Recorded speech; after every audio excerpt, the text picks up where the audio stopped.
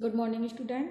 आज हम बाबा साहब अम्बेडकर द्वारा रचित जाति प्रथा और श्रम विभाजन पढ़ेंगे।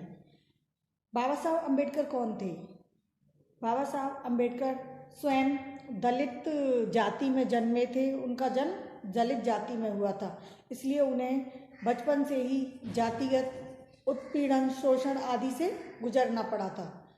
इसलिए वे विद्यालय के दिनों में जब उनसे अध्यापक पूछते थे कि तुम बड़े होकर क्या बनोगे, तो वे कहा करते कि मैं बड़ा होकर एक वकील बनूंगा और अछूतों के लिए एक नियम बनाऊंगा, और जो हमारे देश में छुआछूत जातिगत बीमारी फैली हुई है इसको मैं दूर करूंगा। श्रम विभाजन और जाति प्रथा, यानी श्रम विभाजन। श्रम क्या है? कार्य का विभाजन। और किसके आधार पर? जाति के आधार पर। यानी पहले क्या था कि कार्य का विभाजन जाति के आधार पर कर दिया जाता था। जाति प्रथा को श्रमिक विभाजन मान लिया जाए तो यह एक स्वाभाविक विभाजन नहीं है, क्योंकि यह मनुष्य की रुचि पर आधारित नहीं है। क्यों नहीं है? क्योंकि अगर कोई व्यक्ति पढ़ लिख कर कुछ कार्य करना चाहता है तो इसके लिए समाज परमिशन नहीं देता है।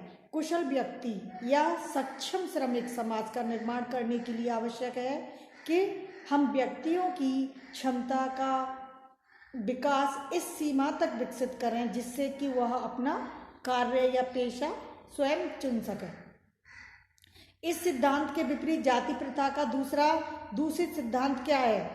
मनुष्य की प्रशिक्षण या उसकी क्षमता का विचार किए बिना, यानी उसे कोई कार्य आता है नहीं आता है, कोई मनुष्य किसी कार्य को करने में एक्सपर्ट है तो इसके लिए समाज ये परमिशन नहीं देगा कि तुम इस कार्य को करो। दूसरे दृष्टिकोण में माता पिता के सामाजिक स्तर के अनुसार, यानी माता पिता का समाज में क्या स्तर है, उसके माता पिता समाज में किस जाति को और किस स्तर को बिलोंग करते हैं, पहले से ही अर्थात गर्भाधारण के समय जब बच्चा माँ के पेट में होता है तभी से निर्धारित कर दिया जाता है कि यह बच्चा बड़ा होकर अगर वकील है तो वकील बनेगा, उसके पिता व्यवसाय करते हैं तो व्यवसाय करेगा, या उसके पिता बिजनेस नौकरी करते हैं तो वो नौकरी ही करेगा, उसको और कार्य करने की परमिशन नहीं है। जाति प्रथा पेशे से दोषपूर्ण पूर्व निर्धारण ही नहीं करती, बल्कि मनुष्य को एक जीवन भर के लिए एक पेशे में बांध देती है। यानी मनुष्य को एक ही कार्य करना होता है, वो अपना कार्य बदल नहीं सकता, चाहे भले ही पेशा अनुपयुक्त हो, उसके उपयुक्त नहीं है, वो उस कार्य को नहीं कर पा रहा है, लेकिन फिर भी वह उस कार्य को बदल नहीं सकता, या अपर्याप्त होने के कारण वह भूखा मर जाए। बहुत सारे बिजनेस है समाज में, बहुत सारे कार्य हो रहे हैं, उसका कार्य नहीं चल रहा है, उसका व्यापार नहीं चल रहा है, तो ऐसा नहीं है कि वो अपना व्यापार बदल देगा, चाहे वो भूखा ही मर जाए, लेकिन वो अपना व्यापार नहीं बदल सकता।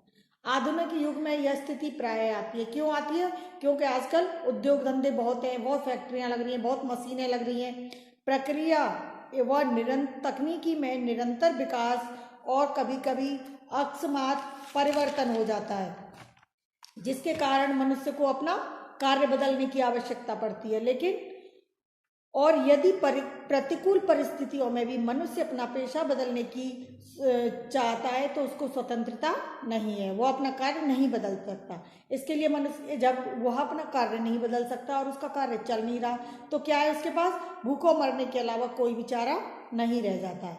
हिंदू धर्म की जाति प्रथा कोई भी ऐसा पेशा चुनने की अनुमति नहीं देती है जो उसका पैतृक पेशा ना हो। पैतृक पेशा से मतलब जो हमारा पीढ़ी दर पीढ़ी पुराना व्यवसाय चला आ रहा है, यानी कि बच्चे को पैतृक व्यवसाय ही करना होगा, भले ही वह उसमें पारंगत ना हो, यानी पारंगत उसमें उस कार्य को करने की क्षमता हो या ना हो, उसे वही कार्य करना होगा।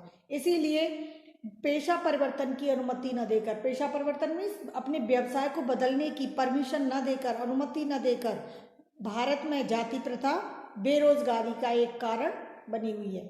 जाति प्रथा यानी कि कोई भी अपना व्यवसाय बदल नहीं सकता और उसका व्यवसाय चल नहीं रहा है, तो क्या है, यह एक बेरोजगारी बनी हुई है। हमारे देश में ये बेरोजगारी है।